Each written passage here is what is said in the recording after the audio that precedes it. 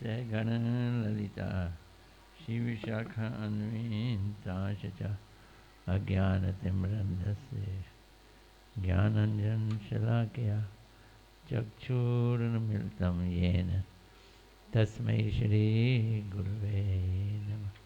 नमो विष्णुपदाय राधिकाय प्रियात्मने श्रीमद्भक्तिवेदांत नारायण गोस्वामी इति नामने श्री कृष्ण लीला कथने सुदक्षम उदारे माधुर्य गुणैश्च युक्तम वरम वरेण्यं पुरुषं महांतं नारायणं त्वां शिरसा नमामि। श्री कृष्ण चैतन्य प्रभु नित्यानंद श्री अद्वैत गदाधर शिवसदि गौर भक्त वृंदा। सब बोलो मेरे साथ, हरे कृष्णा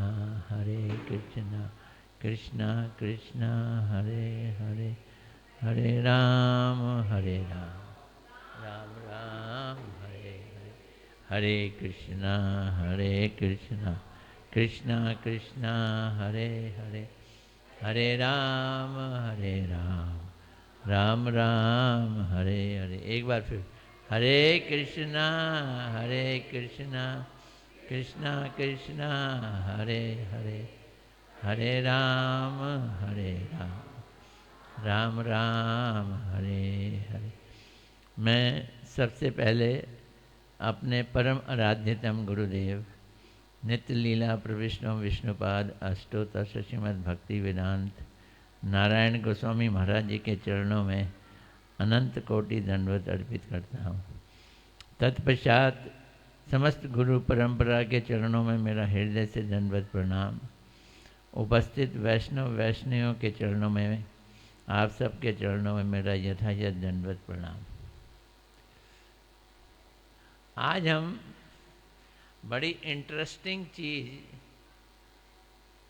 का अध्ययन करेंगे।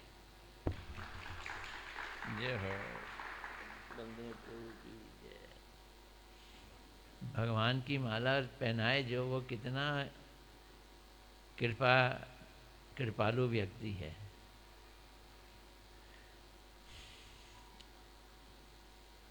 हमारी जिंदगी हम सबकी कहानियों के अंदर फंसी हुई है। वो है ना गाना, जिंदगी और कुछ भी नहीं तेरी मेरी कहानी है। हर व्यक्ति की अपनी कहानी,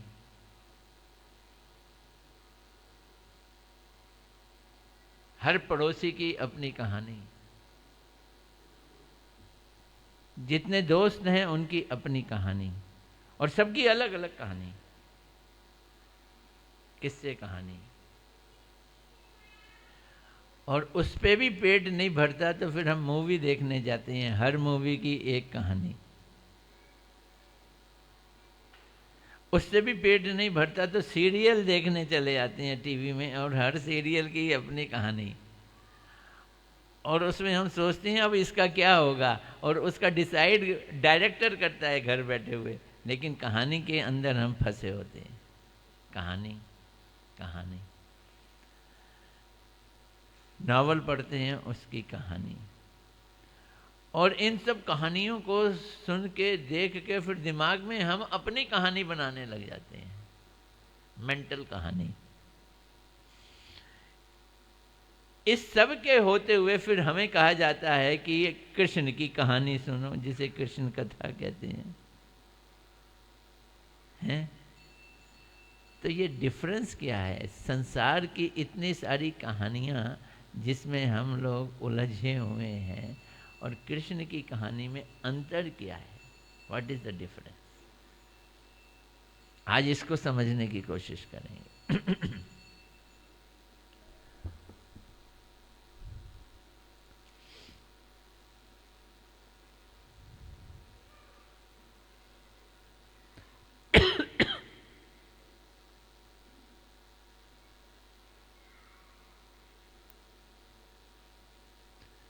बाबा जी बोलते हैं, वैष्णव दास बाबा जी, केवल विशुद्ध भागवत धर्म ही नित्य धर्म है।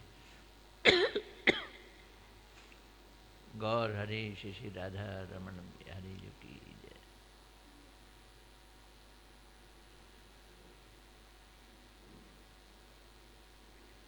जैसे दुनिया में अनेक कहानियां हैं, वैसे ही अनेक धर्म भी हैं। अनेक धर्म हैं, यज्ञ, हवन, तप। आपने कुंभ देखा होगा, नागा बाबा, हर तरह के बाबा, कोई एक दूसरे से मिलता ही नहीं है, विचार भी नहीं मिलते, उनके तिलक भी नहीं मिलते, उनके रूप रंग भी नहीं मिलते, पर हैं सब स्पिरिचुअल, कहने को आध्यात्मिक हैं। बड़े सारे धर्म हैं, बड़े सारे। फिर देवी देवताओं की पूजा वगैरह, लेकिन जो भागवत धर्म है वो विशुद्ध धर्म है, ये वो बोल रहे हैं। भागवत धर्म क्या है? हमारे गुरु महाराज जी बोलते थे, आत्मा नित्य है, सनातन है। हम आत्मा हैं, शरीर नहीं है। हम चेतन आत्मा हैं। चेतन आत्मा का क्या मतलब है? जिसके अंदर फीलिंग है, विलिंग है, डिजायर है, लव है, वो क्या है? वो चेतन है। ये आत्मा का गुण है। शरीर का ये गुण नहीं है, लेकिन शरीर में आत्मा होने के कारण ये सब गुण होता है।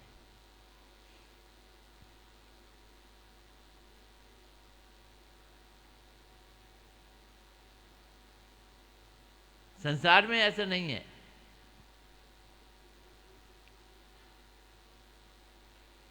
संसार में ऐसा नहीं, जैसे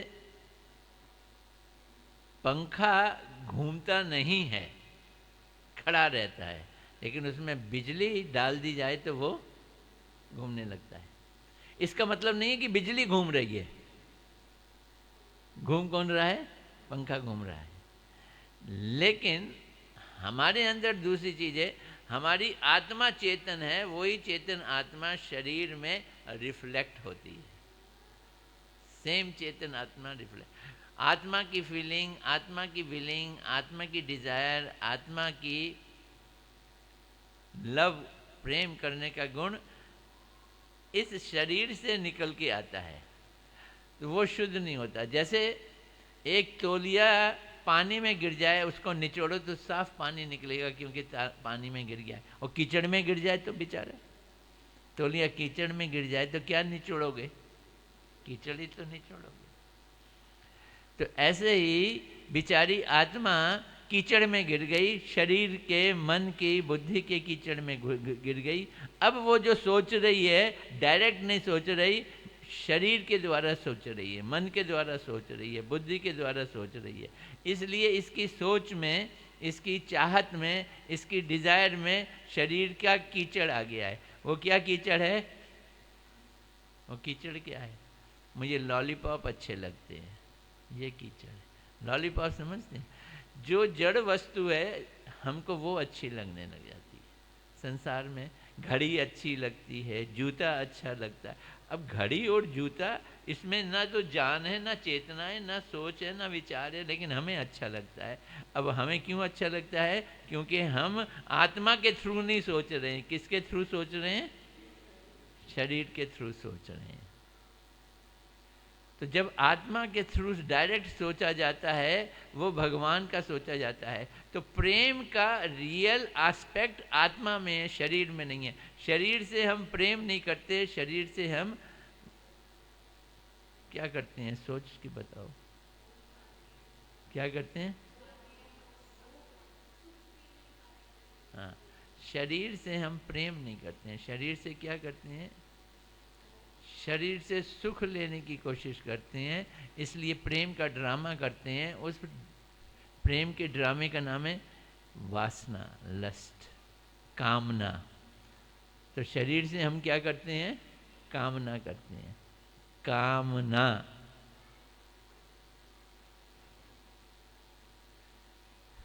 तो जब हम आत्मा से, नीट आत्मा से, जो कि शरीर में लिप्त नहीं है, सीधा सोचें तो वो प्रेम करेंगे, वो किसको करेंगे? भगवान को करेंगे।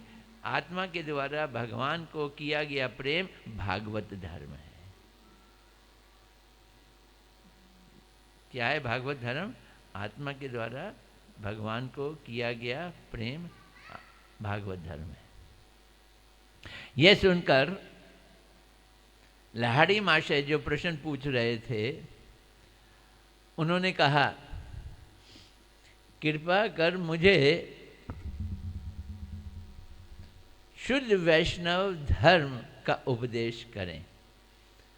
तो इन्होंने बताया था वैष्णव धर्म 3 होते हैं, शुद्ध और विद्ध। विद्ध मैंने मिलावट वाले, जिसमें कुछ विद्ध है, घुसा है। तो विद्ध वैष्णव धर्म एक्सप्लेन किए 2 तरह के। कौन कौन से? कर्म विद्ध और ज्ञान विद्ध। इस पे अभी मैं चर्चा नहीं कर रहा है। कर्म विद्ध और ज्ञान विद्ध कल परसों हमने 2-3 दिन बहुत अच्छी तरह से पढ़ा। अब हम गाड़ी आगे बढ़ा रहे हैं। तो कर्म विद्ध और ज्ञान विद्ध यानी मिलावट वाले वैष्णव धर्म को निकाल दिया जाए तो असली वैष्णव धर्म आ जाएगा। जैसे दाल में पत्थर निकाल दिए जाए, फिर एकदम प्योर दाल बच जाएगी, प्योर दाल बच जाएगी। समझ आ रही बात? तो वो शुद्ध वैष्णव धर्म क्या है, ये पूछ रहे हैं। मैं इस अधिक उम्र में आपके चरणों का आश्रय लेता हूं। अब लाहिड़ी महाशय उम्र अधिक हो गई है, मैं अधिक उम्र में आपके चरणों का आश्रय। क्या मतलब है चरणों का आश्रय लेना? क्या मतलब है? कि आपको गुरु मानता हूं और आप मुझको क्या दो? दीक्षा दो। आपके चरणों, कृपा आप मुझे ग्रहण करें, कृपा ग्रहण करें। हम लोग इस संसार में जन्म लेते हैं, माता पिता हमें ग्रहण कर लेते हैं, हम उनके गोदी में रहते हैं। बड़े होते हैं तो स्त्री को ग्रहण करते हैं, स्त्री पुरुष को ग्रहण करती है। लेकिन ये सारे के सारे ग्रहण जो हैं वो ग्रहण ही है। ग्रहण का मतलब समझते हो? एक्लिप्स ही है। कैसे एक्लिप्स? सोलर एक्लिप्स और मून लूनर एक्लिप्स, ये ग्रहण ही है। लेकिन अगर गुरु शिष्य को ग्रहण करता है तो वो तो बड़ी अद्भुत बात है, अद्भुत बात है। क्रिश्चियनों के यहाँ एक कथा आती है। एक आदमी जा रहा था, भगवान को याद कर रहा था, तो भगवान उसके साथ चल रहे थे, उसके संग बात कर रहे थे। इतने में बहुत बड़ा तूफान आया, बहुत बड़ी आंधी आई और हालत बहुत खराब हो गई। भगवान गायब हो गए और वो उस आंधी तूफान में बहुत घबराया, चीखा चिल्लाया, बड़ी मुश्किल से चल के आया और उसने वो आंधी तूफान पार कर ली। भगवान फिर आ गए। तो बोलता है ये अच्छी बात है, कैसे भगवान हो आप? जब मैं ठीक ठाक था तो मेरे साथ चल रहे थे और जब कष्ट आया तो गायब हो गए। बोलते तुझे पता ही नहीं है, जब कष्ट आया तो मैंने तुझे गोदी में ले लिया था, इसलिए मैं तुझे दिख ही नहीं रहा था। तो कष्ट तो आया, आंधी तूफान तो आया, लेकिन तुझको पता नहीं चला क्योंकि मैंने तुझे गोदी में, अब गोदी में ले लिया था इसलिए मैं दिख नहीं रहा था तुझको। तो जब हम गुरु ग्रहण करते हैं तो इन कष्ट वाले समय में गुरु हमको गोदी में ले लेते हैं, या गुरु को थ्रू भगवान हमें गोदी में ले लेते हैं। वो ये कह रहे हैं कि आप मुझे ग्रहण करो। क्या मतलब इसका? तो ये क्लियर करें। मैंने सुना है कि सदगुरु द्वारा पहले शिक्षा और दीक्षा ग्रहण करने पर ही सदगुरु मिलने पर पुनः शिक्षित और दीक्षित होना चाहिए। सदगुरु नहीं, असदगुरु। अगर आपने असदगुरु किए जो वैष्णव नहीं है, बाय द वे जिंदगी में ऐसी घटना घटित हो गई। कैसे गुरु मिल गए? असदगुरु मिल गए, उनसे शिक्षा भी ली, दीक्षा भी ली, लेकिन बाद में पता चला ये तो सब गलत था। तो फिर अगर जिंदगी में सदगुरु मिल जाए जो शुद्ध वैष्णव है, तो उसको छोड़ दो और वैष्णव गुरु कर लो, ये वो बोल रहे हैं।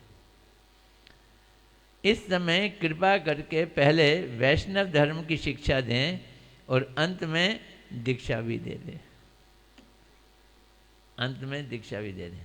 अब गुरु क्या कह रहा है? आजकल तो कंपटीशन लगा है, गुरु को बड़ी खुशी होती है कि कोई दीक्षा लेने मेरे पास आ जाए। वाह भाई वाह, क्या बात है।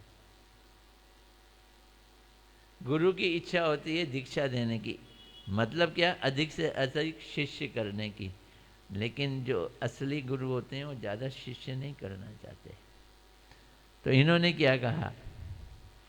बाबा जी ने कुछ व्यस्त होकर कहा, महाशय मैं यथाशक्ति आपको शिक्षा तो दूंगा, किंतु मैं दीक्षा गुरु होने के योग्य नहीं हूँ। उन्होंने अपने को अयोग्य बता दिया। अभी अभी तो आए हैं वो, किन के पास आए? परमहंस बाबा जी के महाराज, उन्होंने खुद ही दीक्षा ली है।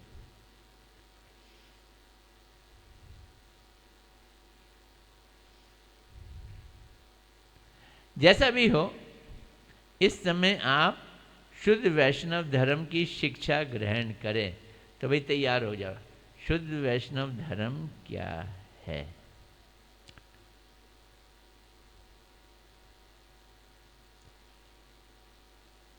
बड़ी बड़ी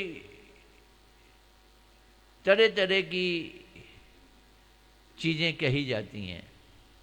हमारे गुरु महाराज जी बतलाते हैं, समझना इस चीज को।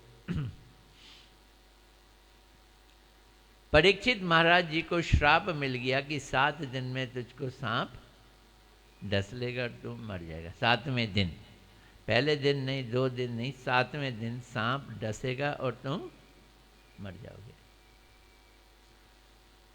तो परीक्षित महाराज जी ने सांप से बचने के लिए कोई उपाय नहीं सोचा।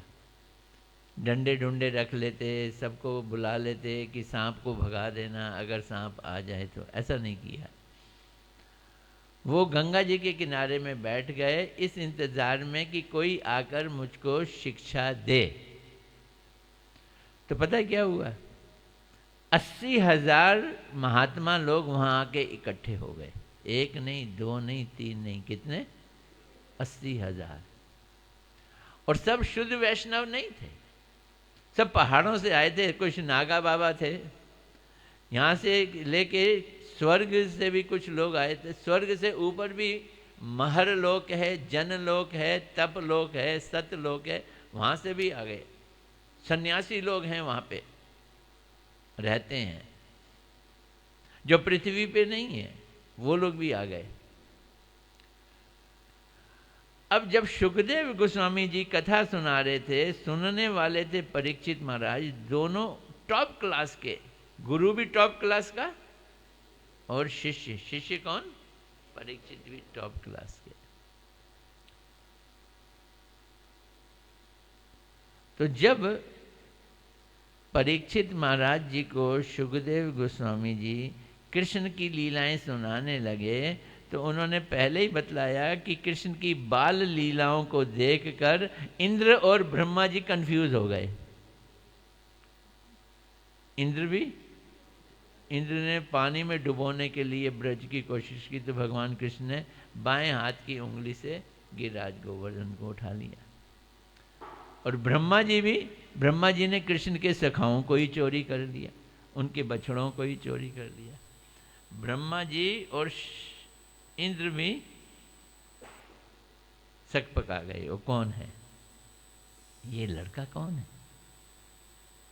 और अब जब वो सुखदेव गोस्वामी जी कृष्ण की गहरी लीलाओं का वर्णन करने लगे, गोपियों के साथ रास लीला का वर्णन करने लगे, तो परीक्षित जी ने चारों ओर नजर घुमाई, तो 80,000 आदमी, कोई भी आदमी उस लायक ही नहीं था कि वो उन लीलाओं को सुने। किनको सुने? रास लीला को सुने। मैं देखता हूँ बहुत सारे महात्मा नाम से कहे जाने वाले लोग YouTube पे बड़ी गंदी गंदी भाषा कहते हैं। वो कहते हैं श्रीमद् भागवत एक अश्लील ग्रंथ है। क्यों? उसमें कृष्ण और राधा जी की जो रास लीला का वर्णन है, गोपियाँ जो हैं वो कृष्ण से मिलने के लिए आती हैं, तो वो क्या कह रहे हैं? ये कौन सा ग्रंथ है? अश्लील ग्रंथ है। और गुरु महाराज जी ने आज कहा जो कृष्ण की गोपियों के संग की लीला है उसको सुनेगा या सुनाएगा, उसके अंदर से काम चला जाएगा। अरे सुनने सुनाने की बात छोड़ो, अनुमोदन भी कर देगा, ये लीला जो है ये बड़ी अच्छी है, राधा कृष्ण के मिलन की, गोपियों के मिलन की। इसलिए हमारे मंदिर में राधा जी के संग ही रमण बिहारी जी बैठे हुए हैं, रुक्मणी के साथ नहीं है। तो गुरु महाराज जी बोलते हैं कि जब परीक्षित महाराज जी ने ये लीला सुनी और ये सुन के उनके मन में ये आशंका जगी कि इतने सारे लोग इसको सुन के उल्टा अर्थ ना ले लें, तो उन्होंने ना चाहते हुए भी परीक्षित महाराज जी ने सुखदेव गोस्वामी को बीच में ही टोक कर कह दिया कि कृष्ण तो धर्म की स्थापना करते हैं, ये दूसरे की पत्नियों के संग रास कर रहे हैं, ये अधर्म कैसे कर रहे हैं कृष्ण। और तब सुखदेव गोस्वामी जी को गुस्सा आ गया। उन्होंने सारी रास लीला का वर्णन रोक दिया फिर और कहा तुमको पहले कहा नहीं, मैंने पहले बतलाया नहीं? कितना साफ तो कह दिया है कि तुम ये समझ लो कृष्ण है कौन।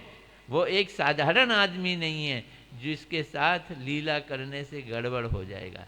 उनके पास कोई आदमी किसी भी भाव से जाए, कुभाव से भी क्यों ना जाए, गुस्से में क्यों ना जाए, काम भाव से क्यों ना जाए, किसी भी तरह से क्यों ना जाए, कंस भय से गया, जरासंध वगैरह क्रोध में गए, उन सब का कल्याण हो जाएगा। क्योंकि कृष्ण कौन है? भगवान है। आग एक ऐसी चीज है जो गंदगी को भी स्वच्छ कर देती है। भगवान एक ऐसी चीज है, कोई किसी भाव से जाए उसको साफ कर देते हैं। ऐसे कह के उन्होंने परीक्षित महाराज जी को क्या किया? चुप करा दिया। तो इसलिए बाबा जी कह रहे हैं कि मैं तुम्हें शुद्ध वैष्णव धर्म समझाता हूं। शुद्ध वैष्णव धर्म क्या है?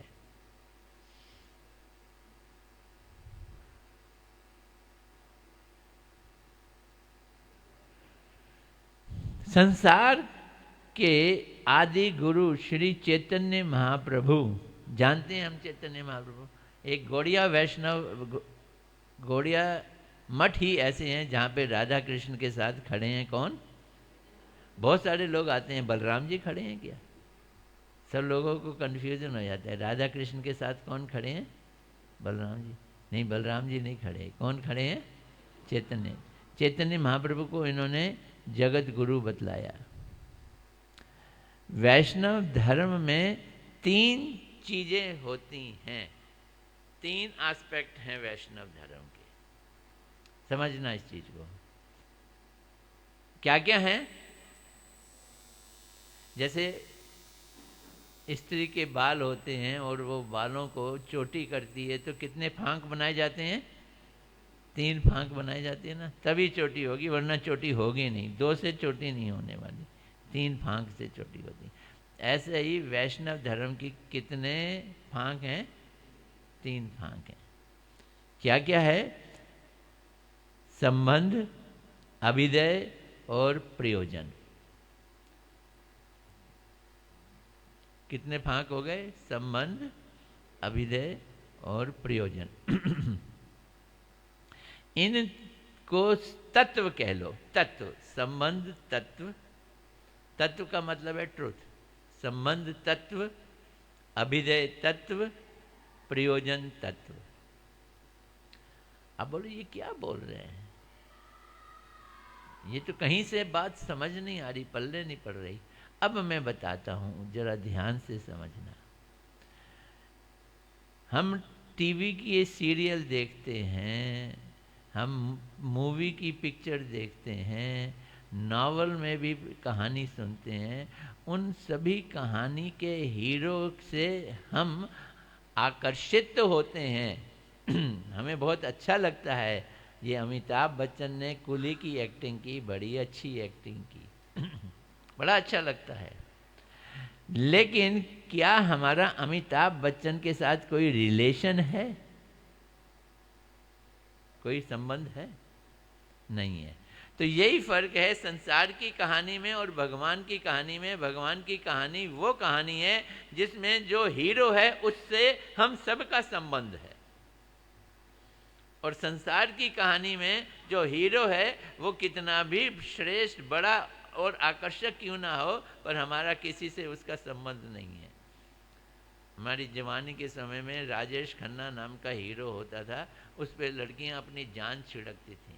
कई तो सुना है उन्होंने खून से उसको लेटर लिखा, चाहती थी उस पर, मरती थी, पर किसी की भी शादी नहीं हुई राजेश खन्ना से, और वो फिल्मी एक्टर था। तो संबंध जोड़ने के, जो जोड़ेगा वो बेवकूफ़ होगा और वो अपना ज़िंदगी बर्बाद कर देगा, क्योंकि यहाँ के किसी भी व्यक्ति से हमारा संबंध नहीं है। इसलिए हमारे को इस कहानी से अपने को हटाना है जिस कहानी के हीरो से हमारा कोई संबंध नहीं है। हमें उस कहानी में घुसना है जिसके हीरो से हमारा संबंध हो। तो ये फर्क है कृष्ण कथा में और संसार की कहानी में। बात समझ आई? ये मैं समझा रहा हूँ, ये मेरे समझाने का अपना एक स्टाइल है, रामचंद्रीय स्टाइल।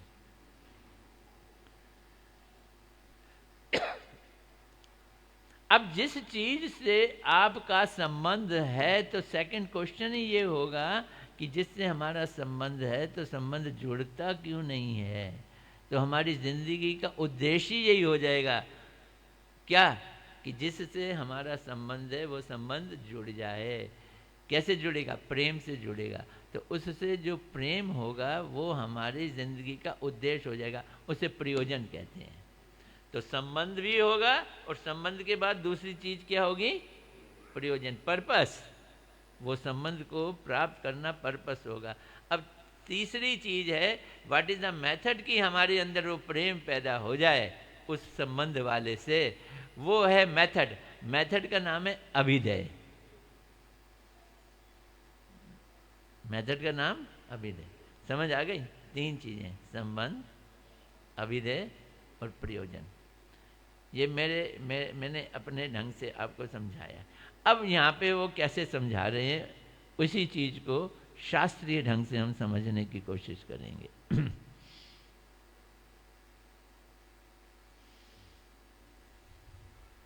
संबंध तत्व के अंतर्गत तीन विषय हैं। संबंध तत्व के अंतर्गत कितने विषय हैं? तीन विषय हैं। यानी तीन चीजों से हमारे संबंध की बात कही जाती है। तीन विषय हैं, अलग अलग निरूपण किए जाते हैं। पहला विषय है ये दुनिया, ये जड़ जगत। इसको माया भी कह सकते हो, माया तत्व एक संबंध के लिए। दूसरा विषय क्या है? जीव तत्व। कौन सा तत्व? जीव तत्व। जीव तत्व क्या है? जीव तत्व वो तत्व है जो चेतन होते हुए भी वो किसी इंडिपेंडेंस में नहीं रह सकता, अधीन रहेगा। ये अधीन तत्व है। जीव तत्व को क्या बता रहे हैं? वो अधीन तत्व। अधीन तत्व का मतलब है it is bound to be controlled, it can not control. ये कंट्रोलर नहीं है, ये कंट्रोल्ड है, अधीन तत्व है। पहला क्या है? माया तत्व। दूसरा क्या है? जीव तत्व। और तीसरा है भगवान प्रभु तत्व। भगवान को क्या बोला? प्रभु तत्व। यानी कि जो प्रभु हैं, प्रभु मैंने सबके मालिक हैं, वो वाला तत्व। एक जीव तत्व, एक प्रभु तत्व और एक माया तत्व। अब ये तीन विषय हैं संबंध के। अब इन तीन चीज़ों के परमुटेशन कॉम्बिनेशन कर लिए जाए, जो मैथमेटिक्स जानते हैं, तो परमुटेशन कॉम्बिनेशन कर लें, वो संबंध बनेगा। जैसे जीव का जड़ जगत से संबंध एक, जीव का भगवान से संबंध दो, माया का भगवान से संबंध तीन, जड़ का जड़ से संबंध चार, और जीव का जीव के साथ संबंध। ये तीन चीज़ों के परमुटेशन कॉम्बिनेशन बनाए तो कितने बने? 5 बने। तो इन 5 संबंधों को जान लेना ही संबंध तत्व कहलाता है। बात समझ आ रही है? तो 3 विषय हैं संबंध के। इन विषयों के हमने क्या किए? क्रिस क्रॉस करके 5 तत्व बनाए।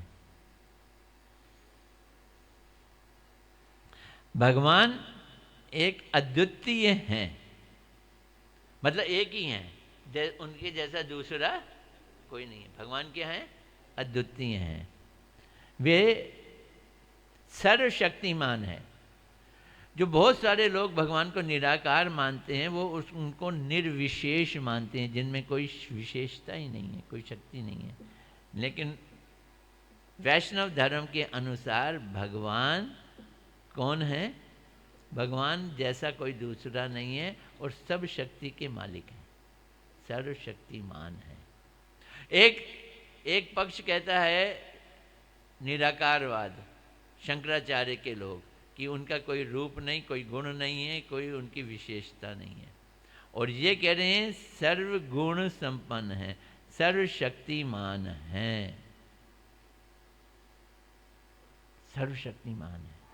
क्या क्या शक्ति हैं उसकी चर्चा करेंगे। और दूसरा गुण है सर्व आकर्षक हैं। आप देखो ना, भगवान अभी यहाँ रमण बिहारी जी के रूप में खड़े हैं, कोई बात नहीं करते, नाच भी नहीं करते, बंसी भी नहीं बजाते, रखा हुआ है सब कुछ माल उन्होंने अपने पास में। मुस्कान भी है, बंसी भी है, टेढ़े खड़े भी हैं, इतने आकर्षक हैं। अभी उन्होंने अपनी पूरी आकर्षकता दिखाई भी नहीं है, फिर भी आकर्षक हैं। अगर पूरी आकर्षकता दिखा दें तो कितना कत्ल करेंगे ये, कितना घायल करेंगे लोग। तो वो क्या है? सर्व आकर्षक है। आज श्रृंगार को देख के हरे कृष्णा प्रभु बोलते हैं कि अच्छा नहीं, आपको कहीं से श्रृंगार में कोई कमी दिखाई नहीं रही है? नहीं। हरे कृष्णा प्रभु बोलते हैं पुजारी को, ये तुमने जो मुकुट पहनाए हैं वो इस ड्रेस से नहीं कनेक्शन है।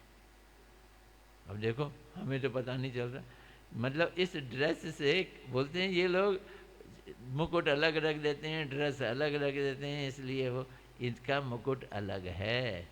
उस मुकुट में जैसा इनकी ड्रेस में जो साइड में वो बनी हुई है ना किनारी, उस तरह की किनारी का मुकुट है। मैंने कहा देखो ना, ये भक्त के वो देखने का क्या है, तीव्रता, अंदाज देखो। किसी भी तरह से हो, भले ना ही पहना हो कपड़ा, तब भी भगवान बहुत सुंदर लगते हैं। सूरदास जी ने जो लिखा होगा, आज भगवान नंगम नंगा। हमारे यहाँ जन्माष्टमी जब होती है, जन्माष्टमी में सुबह अभिषेक किया जाता है, तो कपड़े उनको सिर्फ एक पतली सी धोती पहनाते हैं तीनों को, और उस समय इतने सुंदर लगते हैं कि लोग जो हैं उसकी फोटो अपने उसमें रखते हैं।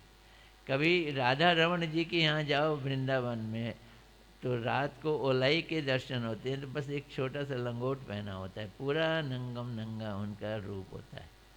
चरण दिखते हैं, मुख दिखता है, हाथ पैर छाती सब दिखती है। बड़े कपड़ों से वो सुंदर नहीं होते हैं, कपड़े अपने को सौभाग्यशाली समझते हैं उनके ऊपर आकर। वो निजी रूप में बड़े सुंदर हैं। तो उनका एक गुण है, वो सर्व आकर्षक है।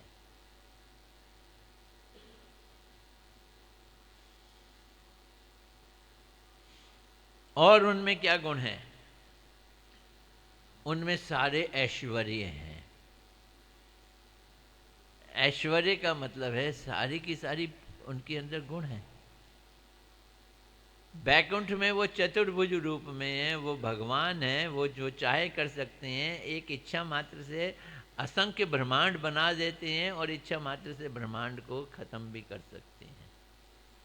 ये उनका क्या है? ऐश्वर्य। वो भगवान हैं, ही इज कंट्रोलर, वो सब कुछ कर सकते हैं। उस ऐश्वर्य के साथ साथ उनका माधुर्य भी है। माधुर्य मैंने मिठास। तो माधुर्य क्या है? ऐश्वर्य तो ठीक है, माधुर्य क्या है? माधुर्य की क्या परिभाषा दोगे? कोई बताओगे? कौन बताएगा? माधुर्य मैंने क्या है?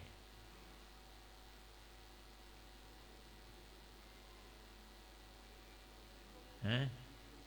कौन बोल रहा है? क्या कह रही है? गोपियों का प्रेम इन्होंने माधुर्य दे दिया है। वो ठीक है, ठीक है, लेकिन सही डेफिनेशन माधुर्य की क्या होगी? बोलो तो। कौन बोलेगा? तू बोलेगा? बोल।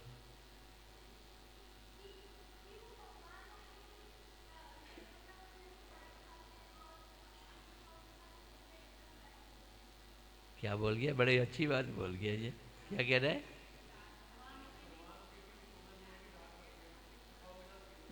वाह वाह, तालियां बजा दो इसके लिए।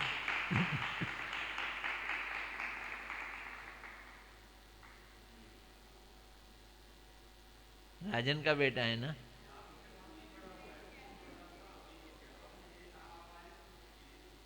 हैं? जब भगवान भगवान होते हुए भी भगवान नहीं रहते और घर वाले जैसे संबंध बनाते हैं और यशोदा का बेटा बनके उनकी डांट खाते हैं, तो वो उनका क्या है?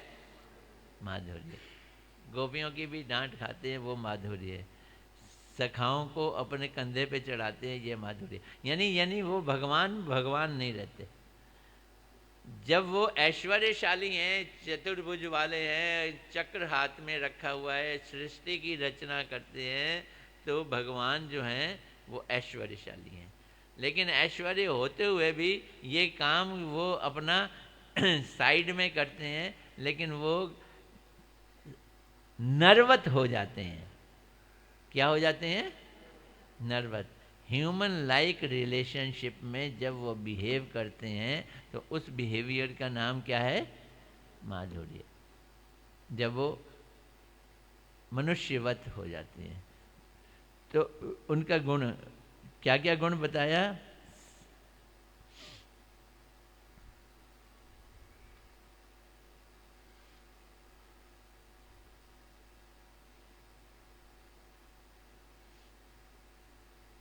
सर्वशक्तिमान, अद्वितीय, सर्व आकर्षक, ऐश्वर्य और माधुर्य एकमात्र इसका निलय है। निलय मैंने घर, वो इन सब के क्या हैं? निलय हैं, तथा जीव शक्ति के आश्रय हैं। हम जीव शक्ति से निकले हैं। तो जीव शक्ति किस पे डिपेंड करती है? भगवान के ऊपर डिपेंड करती है। अब माया, माया और जीवों के एकमात्र आश्रय हैं। खाली जीव के ही आश्रय नहीं है। किसके आश्रय हैं? माया। ये माया क्या है? ये माया क्या है? माया भगवान की वो शक्ति है जो उस चीज को बनाती है जो चीज भगवान से अलग रहती है। समझना। माया वो शक्ति है जो वो चीज बनाती है जो भगवान से अलग रहती है। क्या मतलब? माया के द्वारा बनाई हुई चीज विनाशशील है, लेकिन भगवान विनाशशील नहीं है। इसलिए अगर वो साथ रहेगी तो प्रॉब्लम पैदा हो जाएगी। तो माया वो चीज बनाती है जो भगवान के साथ नहीं होती। तो वो ये बोल रहे हैं कि भगवान के आश्रय जीव भी हैं और भगवान के आश्रय माया भी है। माया वो चीज बनाती है जो भगवान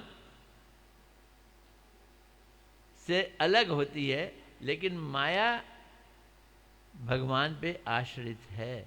जो चीज भी बनाती है भगवान की मर्जी से बनाती है, भगवान के कंट्रोल में बनाती है, भगवान के सुपरिंटेंडेंस में बनाती है। इसलिए गीता में भगवान एक जगह कहते हैं, मया अध्यक्षेण प्रकृति सूयते सचराचर। मेरी अध्यक्षता में प्रकृति यानी माया चर और अचर को सूयते क्रिएट करती है। तो भगवान अगर माया के संग लिप्त ना हो तो माया काम कैसे करेगी? भगवान अगर जीव के संग लिप्त ना हो तो ये जीव और माया बना मिलके ये सृष्टि कैसे बनाएंगे? इच्छा तो भगवान की चलती है। तो इसमें बड़ा सुंदर बात कहते हैं कि माया और जीव एकमात्र आश्रय होकर भी वे सुंदर रूप से परम स्वतंत्र हैं। वो माया से भी स्वतंत्र हैं और जीव से भी स्वतंत्र। ये उनका गुण है। क्या गुण है? कि इनसे काम कराते हुए भी इनसे लिप्त नहीं होते। जैसे एक उदाहरण समझना, एक आदमी है, वो बहुत बड़ा जमींदार है, तो उसका 3 तरह की स्त्रियों से पाला पड़ता है। कितने तरह की स्त्रियां? 3। तो एक स्त्री तो उसकी पत्नी ही है, तो उससे तो वो लिप्त रहता है। दूसरी स्त्री वो है जो घर में झाड़ू पोछा करती है, वो उसके पास तो है लेकिन फिर भी उसके वो साथ लिप्त नहीं है। एक तीसरी स्त्री है जो उसके खेत में काम करती है, फसल बोती है, फसल काटती है, सब कुछ करती है, लेकिन उससे उसका कोई संबंध बिल्कुल भी नहीं है। तीनों ही उसके पैसे से उसका घर, उन स्त्रियों का काम चलता है। तो वो अपनी स्त्री को छोड़ के बाकी सारी स्त्रियों से काम कराते हुए भी उनसे लिप्त नहीं है। इसी तरह से भगवान भी अपनी माया से और जीव शक्ति से सारे काम कराते हुए भी उनसे लिप्त नहीं है। ये बात समझ आ रही है ना? उनके अंगों की प्रभा, उनके शरीर से जो लाइट निकलती है, प्रभा निकलती है, वही निर्विशेष ब्रह्म है, जिसको बहुत सारे मायावादी लोग, अद्वैतवादी लोग अपना मी लॉर्ड मानते हैं कि भगवान निराकार ब्रह्म है। भगवान को ज्योति मानते हैं कई लोग। वो ज्योति वास्तव में उनके शरीर से निकलती है। ज्योति भगवान का एक एस्पेक्ट है, भगवान नहीं है। सिखों के ग्रंथ साहब को फॉलो करने वाले कई सिखों से मेरी बात हुई। वो भगवान राम कृष्ण को भगवान नहीं मानते, जबकि उनके ग्रंथ में राम कृष्ण ढेर सा लिखा हुआ है। तो वो क्या कहते हैं, वो क्या परिभाषा देते हैं? बोलते हैं हमारे यहाँ लिखा है, एक नूर से सब जग उपजा को पला को मंदे। ये ग्रंथ साहब में लिखा है। नूर, नूर मैंने ज्योति। एक नूर से सब जग उपजा को पला को मंदे। तो एक नूर से सारे दुनिया बनी है, इसलिए कोई भला नहीं, कोई मंदा नहीं, सब एक जैसे हैं। और भगवान क्या है? नूर। अरे बेवकूफों, नूर से ये जग बना है, भगवान नूर नहीं है। भगवान तो नूरानी है, हंसता हुआ नूरानी चेहरा। भगवान नूर नहीं है। नूर मतलब उनकी शक्ति, उस शक्ति से वे जग बनता है। भगवान अपने हाथ से जग नहीं बनाते हैं, किससे बनाते हैं? नूर से बनाते हैं। लेकिन वो उस जगत में लिप्त नहीं होते हैं, क्योंकि वो नूर नहीं है, वो क्या है? नूरानी है। बात समझ आ रही है? वो नूरानी है। टाइम हो रहा है, मैं अभी थोड़ी देर में ख़त्म करता हूँ। उनकी ऐसी शक्ति जीव और जगत की सृष्टि कर अपने अंश से परमात्मा का रूप धारण कर उसमें प्रवेश कर जाती है। तो जो उनका ऐश्वर्य है, ऐसी शक्ति, वो जगत का क्रिएशन करती है, जीवों का क्रिएशन करती है, और इस जीव बनाती है, और सब में भगवान स्वयं नहीं घुसते हैं, उनका एक अंश है परमात्मा, वो उसमें घुस जाता है। तो परमात्मा स्वयं कृष्ण नहीं है। परमात्मा कौन है? परमात्मा उनका एक अंश है। कल मैंने परमात्मा के बारे में बड़ा समझाया था अच्छी तरह से। यद्यपि भगवान ही परमात्मा है, लेकिन परमात्मा 100% भगवान नहीं है। जैसे स्कूल में पढ़ाने वाला टीचर तुम्हारे को अच्छी तरह से पढ़ाता है, लेकिन वही टीचर एग्ज़ाम के समय एग्जामिनर बन जाता है, तो उस समय वो पढ़ाएगा नहीं तुमको, उस समय वो देखेगा तुम ठीक कर रहे हो या गलत कर रहे हो। तो भगवान हम लोगों के लिए स्कूल के पढ़ाने वाले टीचर हैं, लेकिन दुनिया वालों के लिए वो एग्जामिनर हैं। तो एग्जामिनर के रूप में वो अंश हैं परमात्मा। ऐश्वर्य प्रधान प्रकाश है, तो वो भगवान जो ऐश्वर्यशाली हैं वो बैकुंठ में रहते हैं, नारायण के रूप में रहते हैं। और ये जो माधुर्य वाले भगवान हैं, जो अपना माधुर्य प्रकाश करते हैं, जो अपना मिठास प्रकाश करते हैं, वो वृंदावन के गोपी जन बल्लभ श्री कृष्ण चंद्र हैं। ये बात समझ लो। तो तीनों हो गए ना। तो इस तरह से इन गोपी जन बल्लभ से हमारा जो संबंध है, इस माया जगत से जो हमारा जो संबंध है, माया का इनसे ये सारे पांचों तत्वों का संबंध है। तो हमने आज इस चीज़ों को समझा। ये तीन विषय हैं। कौन कौन से? एक माया, एक जीव, और एक भगवान। और भगवान के दो रूप बता दिए, एक ऐश्वर्यमय और एक माधुर्यमय। चलो आज इतना ही रखेंगे। कल हम यही चीज़, शुद्ध वैष्णव धर्म क्या है, यही चीज़ जो है वो कंटिन्यू करेंगे। अब मेरी बारी कब आएगी? नेक्स्ट फ्राइडे आएगी। तो मंडे, ट्यूसडे, वेडनेसडे, थर्सडे मेरा हॉलीडे। गौर प्रेमानंदे हरि हरि बोल। हरे कृष्णा कृष्णा कृष्णा हरे हरे, हरे राम राम राम हरे हरे। कोई प्रश्न है तो पूछो। मैं प्रश्न के लिए टाइम निकालने की कोशिश करता हूँ।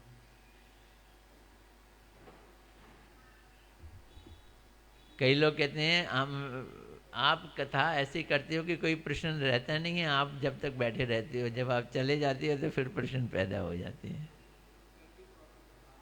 हैं? मेरे ख्याल पद्मनाभ महाराज आ जाएंगे शायद। हैं?